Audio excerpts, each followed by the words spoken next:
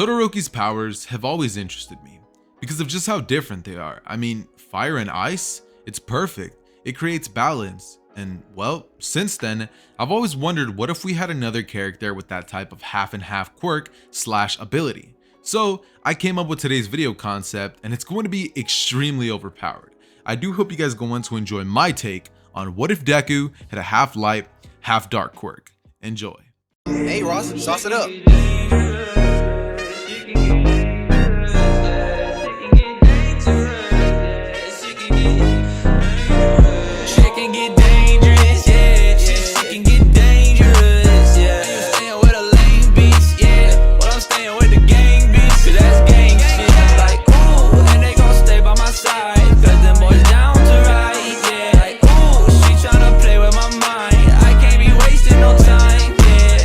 Our story starts with the birth of a baby. That baby would be Izuku Midoriya, the man who would go on to change the world. He's born just like a usual baby, except he is literally born exuding so much light off of his body, it's completely insane. Every time that Izuku would cry, he would always project light off of his body, not knowing how to quite contain it yet. Because Deku was born with the innate ability to have light project off of himself and also turn into light itself. Izuku's powers and quirk literally manifested the day that he was born, and a lot of the powers that I'm going to be using in this video are going to be very, very similar.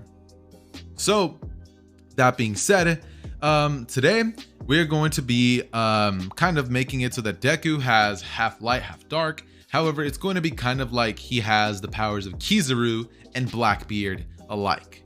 That being said, the doctors are kind of just going to be assuming that this quirk is like a one-part quirk and it just has to do with light bouncing off of his body. Till one day, Izuku would turn the age of 4, when suddenly he would be playing with a couple of kids out in the playground and they would all be playing soccer.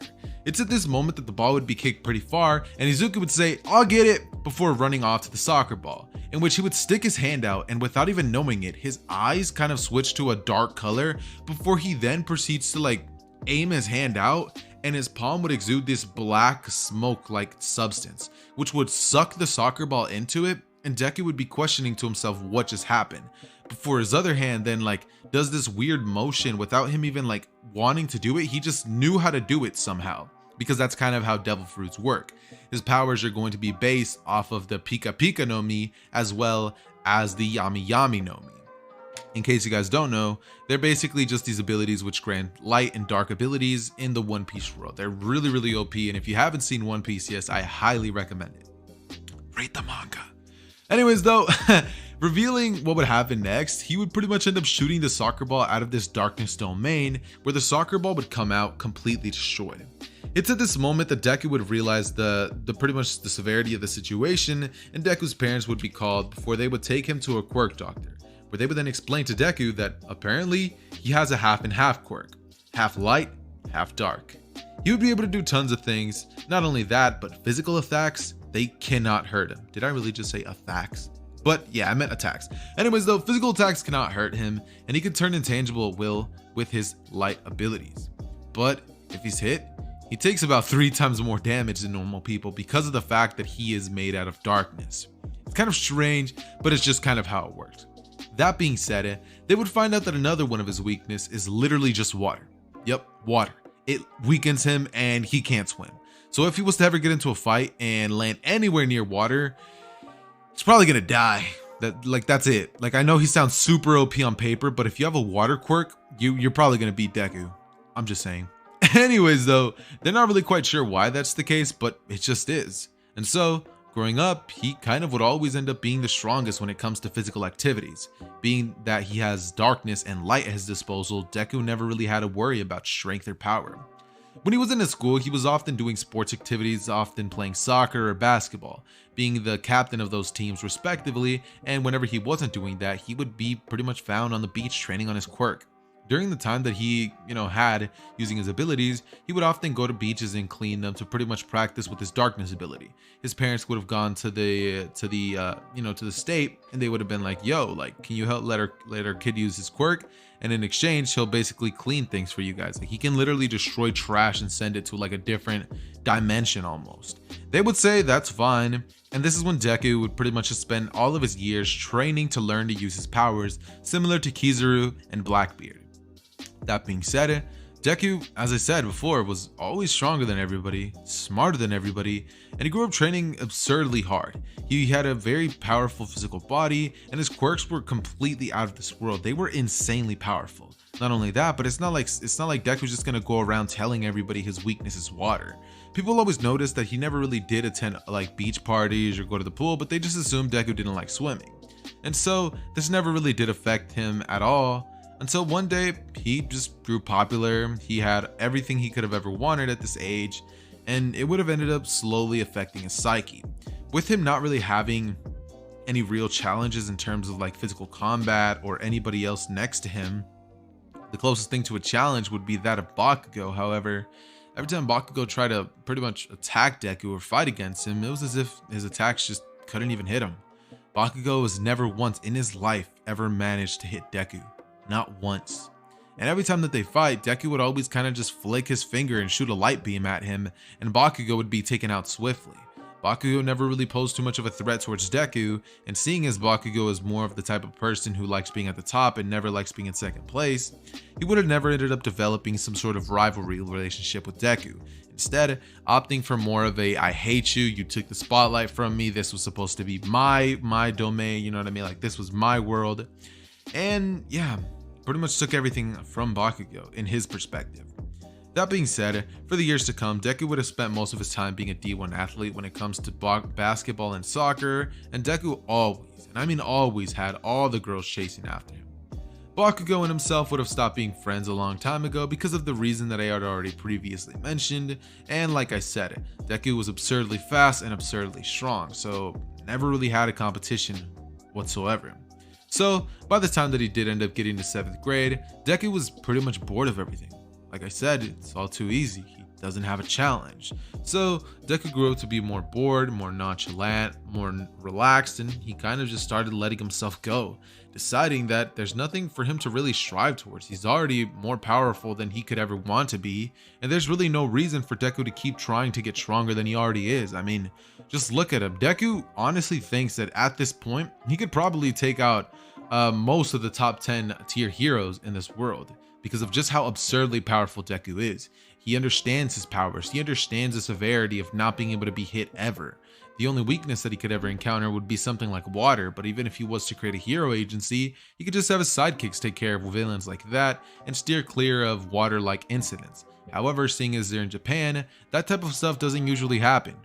That said, with Deku letting himself go, this would have pretty much prompted Bakugo to start gaining his spot at the top again. The way that he saw it, with Deku out of the picture, it was his throne to claim. And so Bakugo started training more often and getting way more powerful when it comes to his explosions. He already was significantly more powerful just due to the fact that this Bakugo pushed himself even harder than the Bakugo in the original. Just due to the fact that he hated being in second place, so he trained and trained and trained and trained, only to find out that it was basically all in vain. Deku started gaining a little bit of gut, and his popularity slowly started dwindling down once he started getting more of a nonchalant personality. He decided to be more calm, and really didn't think about things too much, having more of a Kizaru personality where you could never really know what to expect from Deku, just due to the fact that he didn't really know what to expect from life itself.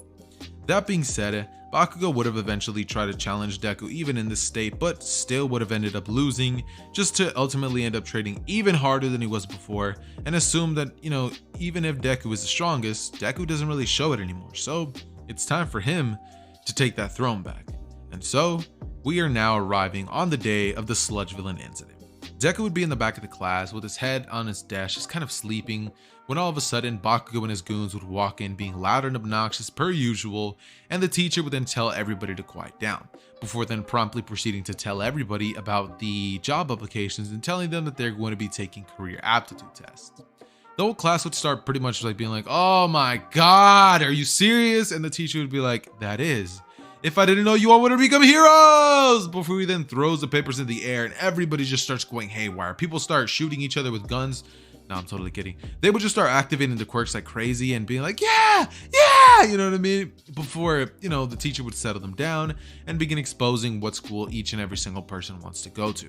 Deku would pretty much end up going to UA High School. And you guys might be like, oh, so I thought you said he stopped trying, Zether. I mean, he did, but he still wants to become a hero and follow after All Might's legacy, becoming even more powerful than he could have ever been. So Deku decided to go to UA. Bakugo, hearing this, would turn his attention towards Deku, who in the back of the class was sleeping, before shooting an explosion at his desk, with Deku not feeling any bit of the brunt of the explosion.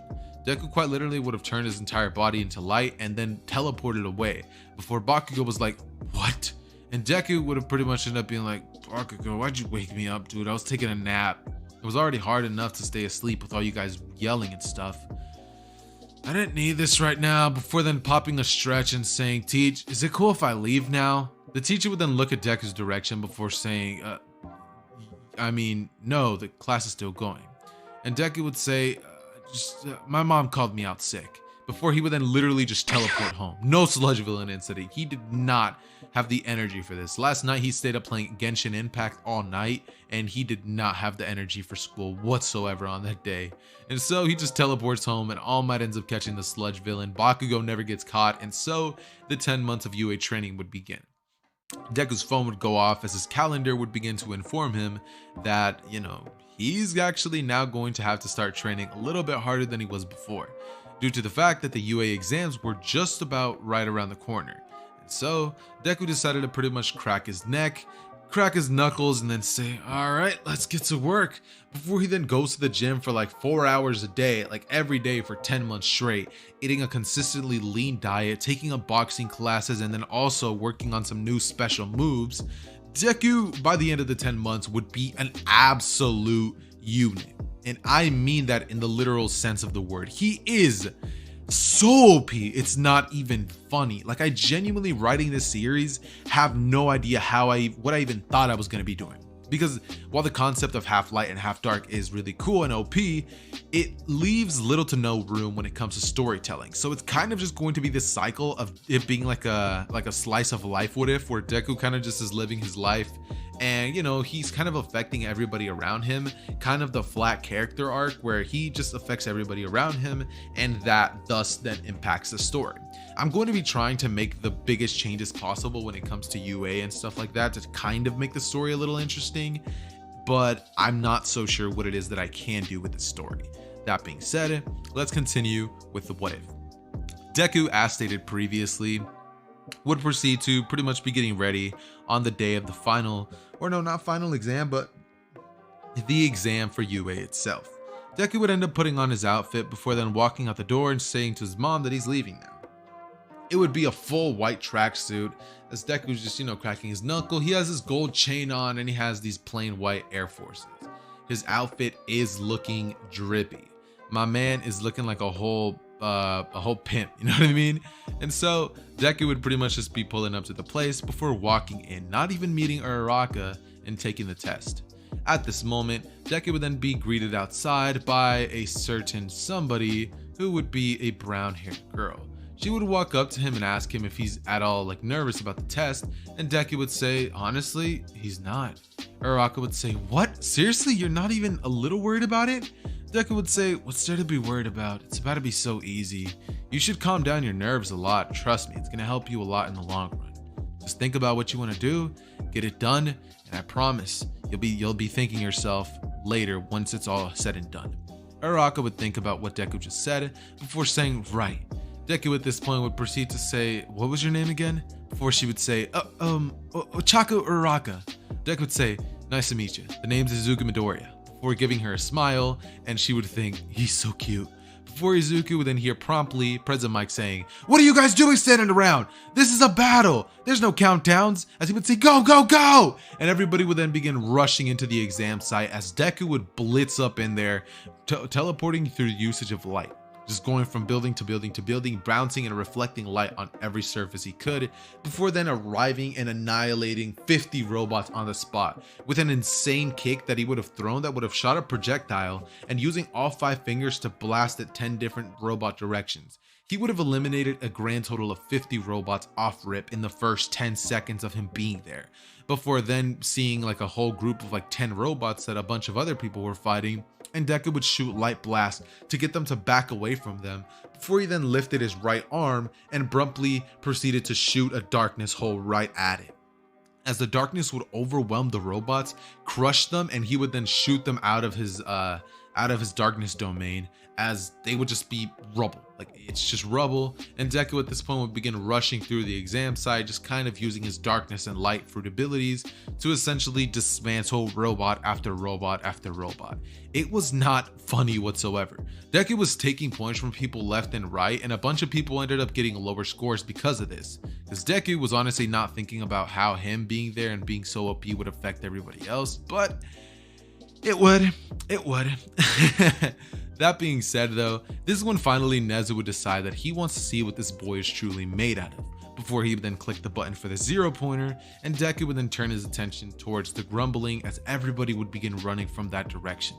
Deku, seeing this gigantic robot, would think finally, before teleporting as fast as he possibly could to the 0 pointer, and then lifting his hand up as a gigantic tornado of darkness would appear right in front of the robot, and it would begin spinning around the 0 pointer as it would destroy it. Literal ashes would be the only thing that remained, because the gravitational force in the darkness would be too overpowering, and so the 0 point robot would absolutely get dismantled. As Uraraka, she never even ended up getting trapped under the rubble because of how quick Deku was to go and destroy it. Nezu, seeing this, would think that kid is getting a scholarship. And Bakugo, on the other hand, would be doing pretty good in his own exam site, racking up a grand total of not 100 points, more like 85 points, give or take. No, I mean, season 3, Bakugo was able to take out like 15 robots in like 10 seconds. So I think 100 robots should be a pretty good amount for Bakugo to have. That's just what I think. But yeah, 100 points for Bakugo, and like 400 points for Deku. Plus, if we included the 0 pointer, if it was worth any points, he probably would have had more. But since it wasn't, he racked up a grand total of like 400 and something points. That being said, promptly after the exam would be finished, and everybody would hear over the inner speaker saying that, results will be posted in about 1 week, Deku would end up thinking that that's good, before he then teleports to the top of a building and proceeds to use his abilities to teleport all the way back home. Not teleport, but use his light ability to reflect off of reflective surfaces and just bounce off of them to very quickly arrive back at his house. Inko would be questioning Deku, asking how he did, and he would say, "Oh, Mom, I passed." She would say, "How do you know?" As Deku would say, "Mom, I'm pretty sure I destroyed a grand total of like 200 robots. I think I passed." For Inko would say, "That's my boy." And she would say, "So, dinner? What were you thinking?"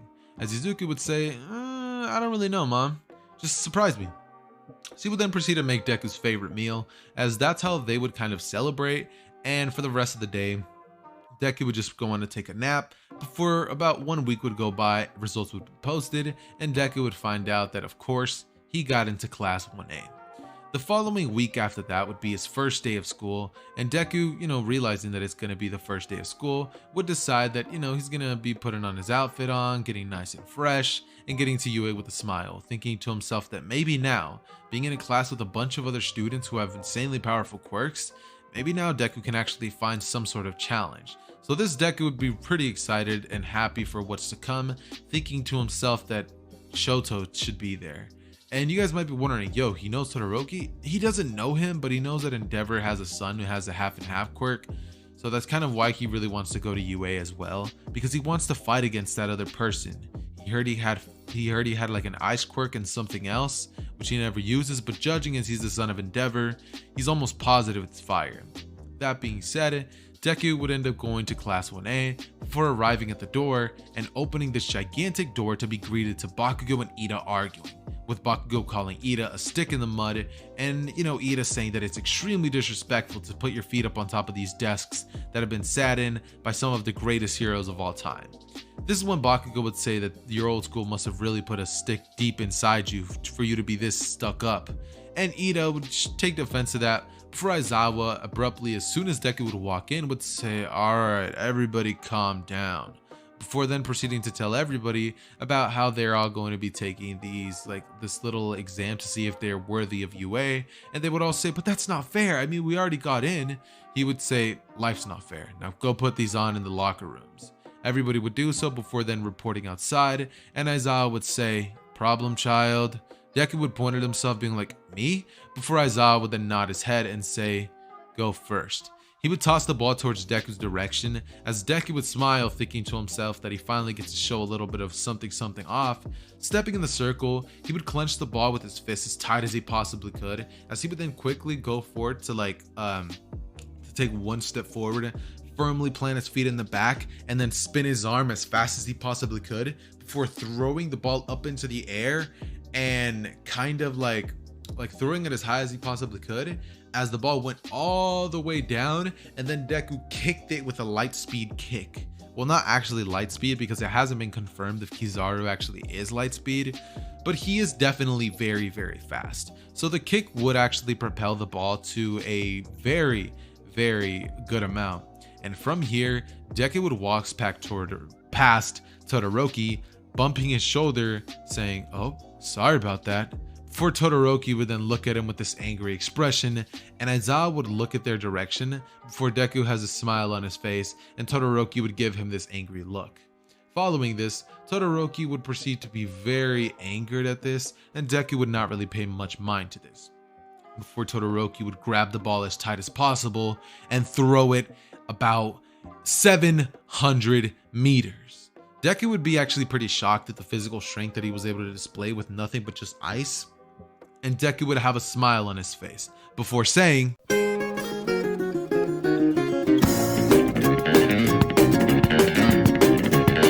like for part 2.